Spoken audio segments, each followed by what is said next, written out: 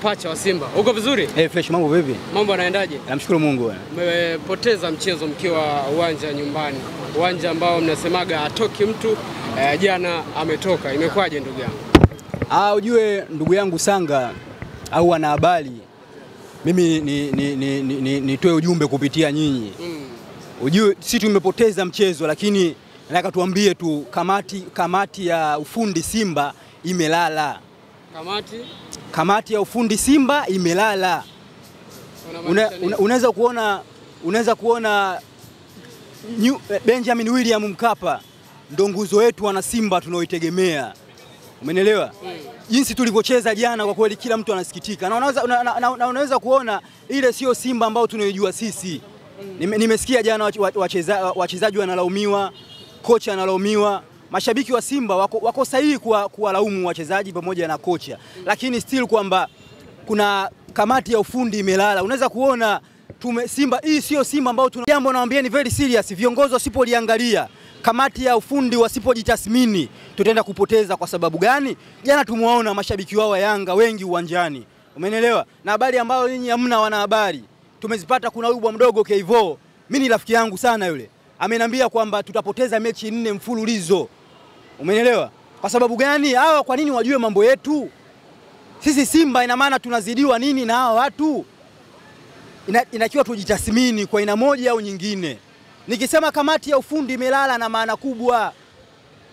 Hili jambo sio la kulipuuza brother. Kwani kamati ndio ambayo inacheza uwanjani?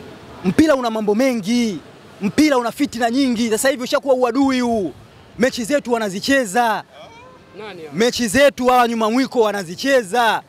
Mimi niwaambie wana Simba tusipoamka kwenye hili, tusiposhikamana kwenye hili, tutapoteza. Kama wanavyosema tuna mechi 4 mfululizo, tutapoteza. Umenielewa? Jana wale baada ya kutoka kwa mechi yao kule Zanzibar, hawajafikia hata kwao. Moja kwa moja wamefikia uwanjani na mabegi yao.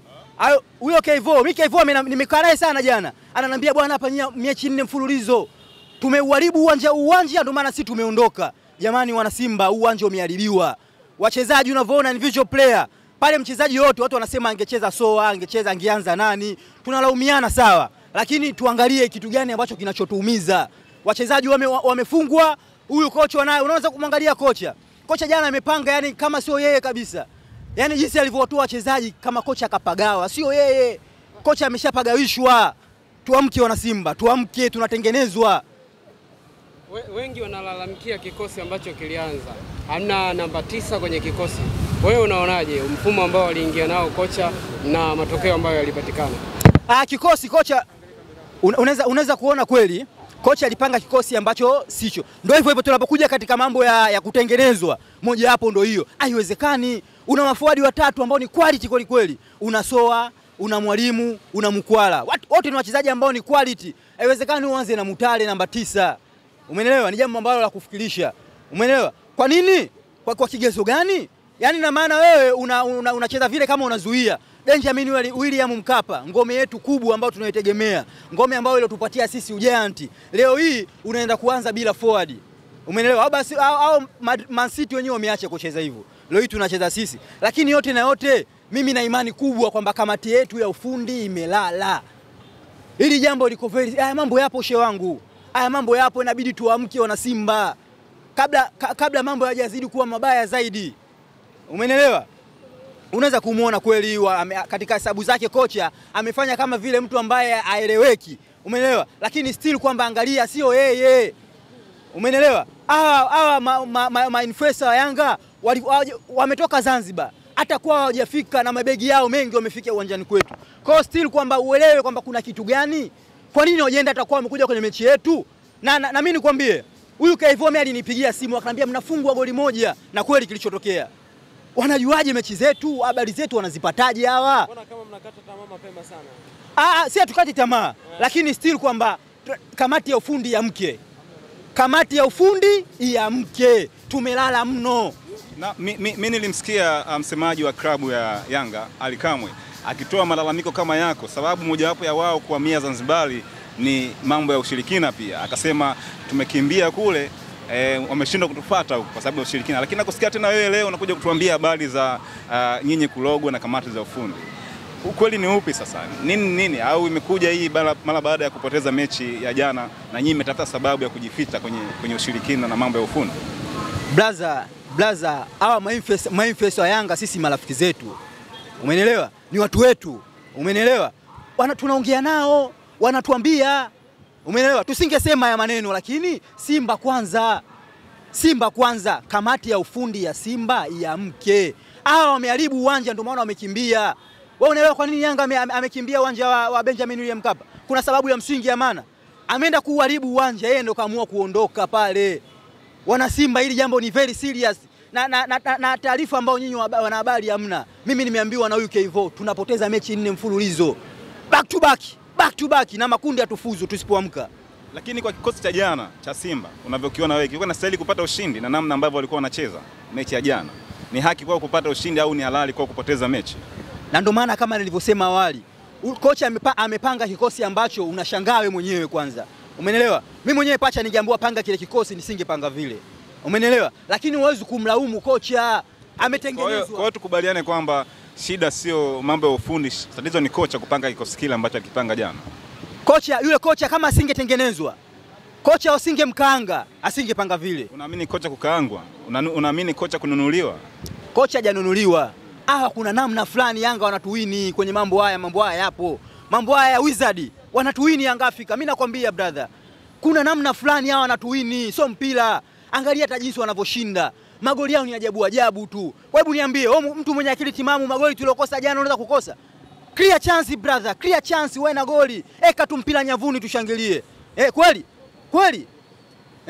Mimi nikwambie tu wana Simba, hawa na Yanga wanatuwini kwenye upande huu. Tuamke, kamati ya ufundi nawaita mara 3, tuamke. Tusipoamka kama wanavyoongea, tunafungwa back to back mara 4 mfululizo.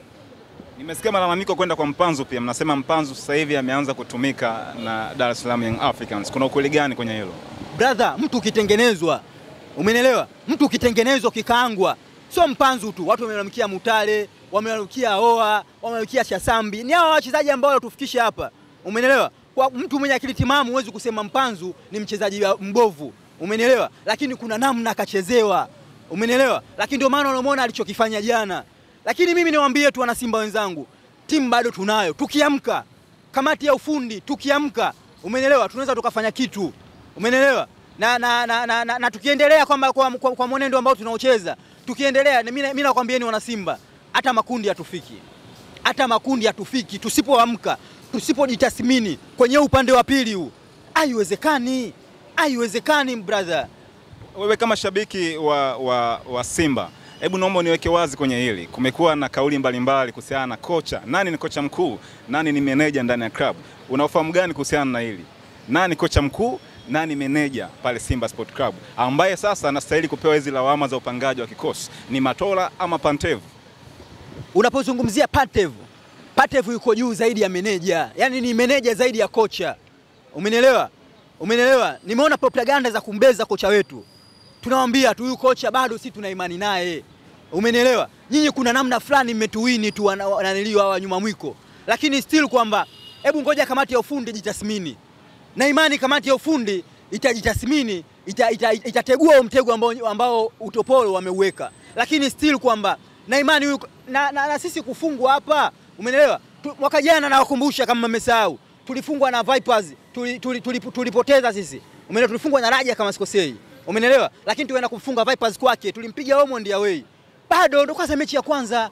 Umeelewa? Bado kuna mechi kama 4-5 mbele za kujitetea. Umeelewa? Lakini mimi niwakumbushe tu kwamba kamati ya ufundi tuamke tu. Mimi na imani tunaweza kuchukua pointi kwa Esperance kwake, tukamfunga Omondi away, kwani kuteleza sio kuanguka. Bado Merini ana pointi zetu, huyu Mali. Kwa so far bado Simba kwani ndio timu ambayo ilofanya vizuri Tanzania na Afrika kwa ujumla. Kwa still kwamba tumepoteza, kupoteza sio kuanguka. Tuna imani na kikosi chetu, tuna imani bado tunaweza kufuzu katika mashindano. Mlisema kundi lenu ni rahisi, lakini pia kundi la Yanga Afrika ni gumu. Yanga Afrika akapata ushindi, nyinyi mmepoteza. Unaonaje sasa makundi yenu mara baada ya mchezo wa kwanza kwenye hizi mechi? Kwanza ukiniambia Yanga Afrika kapata ushindi lakini ushindi wake ni wa kufikirisha. Hakuna mtu yoyote yule wa mpira duniani, umeelewa, Hakuna mchambuzi yoyote duniani atakwambia wale Farabat ile goli lake si halali. Umeelewa? Yanga wamezulumu. Umeelewa? Kwa kuwa wamezulumu Yanga. Umeelewa? So wamepata ushindi ila wamezulumu. Ushindi wao ni batili. Lakini kama wanashinda kwa kuungaunga namna ile tulivyoona, sitegemei Yanga kufuzu. Umeelewa? Sitegemei Yanga kufuzu kwenye ile kundi. Kuna Al Ahly. Unaweza kuona hiyo mechi yenyewe juzi ambao walocheza wa Yanga. Kwenye kundi lake Yanga peke yake ndo kapata ushindi hafifu. Yanga peke yake ndo kapata ushindi wa kuungaunga.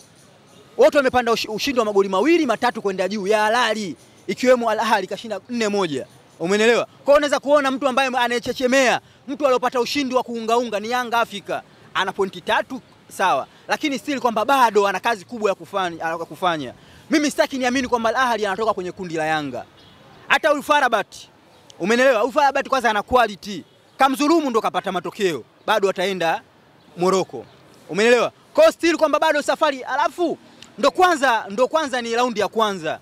Kuna raundi bado kama 4-5 mbele. Umeelewa? Kwa mimi nimeona watu wa Yanga wanaandika wanavyotaka, wanasema wanavyotaka, kama kwamba Simba ndo katoka kwenye mashindano. Hapana brother. Unaweza kuona ndo kwanza mechi ya kwanza imecheza. Bado kuna mechi 5, mechi za 4 za kujiuliza. Kwa maana yake nini? Mimi niwaambie tu, anayecheka mwisho ndo anayecheka sana. Sasa hivi tunaona mpaka watu ambao sio mpira, watu ambao stahili kuongea mpira nao wanaongea mpira. Ila tunawaona, umeelewa? Hii inatugia motisha sisi. Tunaona kumbe si Simba kuna namna gani watu hatutakii mema. Lakini mimi nakwapia tu brother. Nakwambia Sanga. Nakwambia Chapesa. Tunza hii memory. Simba ndo anaenda kufuzu kwenye hili kundi. Ushaanza vibaya sasa michuano. Nimeanza vibaya kweli sawa, lakini sitomaliza vibaya. Umeelewa? Kutangulia sio kufika. Unaweza kutangulia lakini kama ni baskeli ya miti. Umeelewa? Simba bado tuna imani na tulichokitengeneza hii Afrika. Umeelewa? Tunaamini ndani ya ubora wetu, tunaamini ndani ya quality player, tunaamini ndani ya uzoefu wetu. Kwani mwaka jana ilikuwaje? Mwaka jana si hivi. Tulipoteza mechi ya kwanza, mwisho wa siku tukabadilika tukawa bora. Kwa hiyo Simba bwana, mnapoizungumzia Simba mbakishe maneno. Nimeona watu wanaongea kama Simba katoka, Simba kama akapoteza. Hapana. Tumepoteza mechi ya kwanza lakini bado tuna mechi nyingi za kujiuliza. Kwa hiyo unatuambiaje neno la mwisho labda kwa wana Simba na nini kuelekea hatua nyingine inayofuata, kwa sababu tayari mmepoteza hii, kuna mechi zingine ambazo zinakuja. Tutegemee kuona mabadiliko zaidi kwenye kikosi, namna ya uchezaji, lakini pia ushindi kiwemo kufuzu kwenda hatua nyingine. Mimi wana Simba nawaambia kwanza tusife moyo. Wana Simba tusife moyo. Kuna namna fulani tumewiniwa upande wa pili katika mambo haya ya Wizard. Umenielewa? Kuna namna fulani nyuma mwiko ametuwini. Na mimi nawaambia viongozi kamati ya ufundi tuamke. Umeelewa? Mimi nimeona jana mashabiki wa Simba wanawalaumu viongozi, wanawalaumu kocha. Niwaambia wana Simba tuna wachezaji wazuri, wamewiniwa tu kuna namna fulani. Lakini mambo ambayo waliyofanya tushayajua. Umeelewa? Tunazidi kuwa imara zaidi. Simba nguvu, hii ndio maana halisi ya nguvu moja. Ukisema nguvu moja katika ugumu tunakuwa wote, ikibidi kufurahi tunafurahi wote. Inapobidi kuhuzunika tunahuzunika wote. Sasa wewe utakuwa mwana Simba gani? Unapopata changamoto kidogo tu unaanza kutukana, unamtukana mchezaji, unatukana kocha. Wewe Simba wako na mashaka. Nini maana ya neno nguvu moja? Kwenye ugumu tunakuwa wote, kwenye furahi inapobidi furahi tunafurahi wote. Wana Simba bado tuko imara, hatujatoka kwenye mashindano. Kwa sasa mtu akikuuliza swali kati ya Mpanzu na Pacome Zouzoua, nani mchezaji bora, utajibu nini? Mimi bado naenda kuna Elie Mpanzu. Umeelewa? Mimi bado naenda Elie Mpanzu kwa sababu gani? Watu wanamzungumzia sana Pacome. Pacome ni mchezaji mzuri lakini wa kawaida. Umeelewa? Kwa nini nimezungumza hivyo? Pacome kama ingekuwa mchezaji mzuri, Pacome angeshauzwa kama Aziz Ki. Umeelewa? Mpanzu umri umeenda.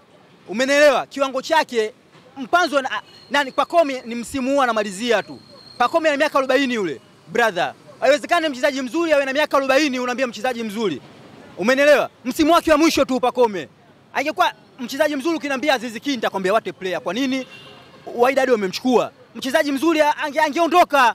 Umeelewa? Lakini ule Pacome msimu wake wa mwisho tu. Ndio maana mimi nakwambia Pacome ana miaka 40. Mimi nakwambia sasa very serious brother. Ana miaka 40 Pacome na ndio msimu wake wa mwisho. Umeelewa? Kwa hiyo Pacome na Mpanzu kwanza hata kwenye transfer market ukiwaeka bado Mpanzu anakuwa na thamani kubwa. Umeelewa? Kwa sababu gani? Mpanzu bado bwa mdogo. Kwa sababu ili mchezaji awe bora kuna mambo mawili kwanza anaangaliwa umri. Ana umri gani? Umeelewa? Ndio maana ukiona hata kuna rafiki yangu Dosa siku moja aliulizwa huyu Abraham na Pacome nani watu wakasema sana bwana huyu Dosa. Mimi nikwambie tu mchezaji kwanza anaangaliwa umri. Umeelewa? Huyu ana umri gani? Kama ndio hivyo basi Ronaldo angeuzwa mabilioni ya pesa. Hivi Ronaldo huwezi kumweka na Mbappe. Umeelewa? Kwa nini? Bado umri wanaangalia. Kwa wana Yanga huyu Pacome ni ana miaka 40 na hiki ndo kipindi chake cha mwisho. Ikipinduka mwaka huu watamkataa huyu Pacome. Pengine kuna kipi cha kuwashauri Simba kuelekea kwenye michuano ya kimataifa ambayo wanatarajiwa kucheza siku ya Ijumaa tarehe 28? Mimi bwana ningependa kumshauri kocha wetu bwana, kwanza akiwa anapanga kikosi. Kwanza mimi ni mmoja mtu ambaye naamini kocha tayari kashapata 90% ya kikosi chake. Umenielewa? Ukiniambia kocha hajapata kikosi nitakwambia hapana. Wapo wachezaji ambao wameonyesha, umeelewa, ambao wanastahili kuanza. Basi anze nao. Hii kujaribu nao inatukosi kwa aina moja au nyingine. Umeelewa? Haiwezekani unaenda kucheza huko nyumbani. Haiwezekani unacheza mechi ngumu alafu hauna forward. Atafunga nani? Umeelewa? Si tumwambie tu apange anavyopanga, lakini atuwekee forward mbele ambaye atakayefunga magoli. Na forward sio mwingine ni Soa. Umeelewa? Kashaonesha brother. Hakuna namna yoyote ile ya kumweka Soa nje. Kwa kigezo gani? Umeelewa? Mimi nimwambie kocha. Simba ni kubwa na mashabiki wa Simba wameona mashabiki jinsi walivyokuwa. Sisi Simba ndio tunavyokuwa. Tukikasirika tu namswalia Mtume. Afanye anavyofanya, apange anavyopanga, tuwekee forward mbele. Wapo wachezaji ambao wanastahili kuanza kwenye first 11. Wameshaonesha. Umeelewa? Kwa hiyo kocha huyu kama atapenda kuendelea kubaki, kama anataka kuitumikia Simba, kama anataka kuonyesha ukubwa wake ndani ya Simba, basi apange forward mbele. Wapo wachezaji ambao wanaonesha aende nao. Shukrani sana. Asante.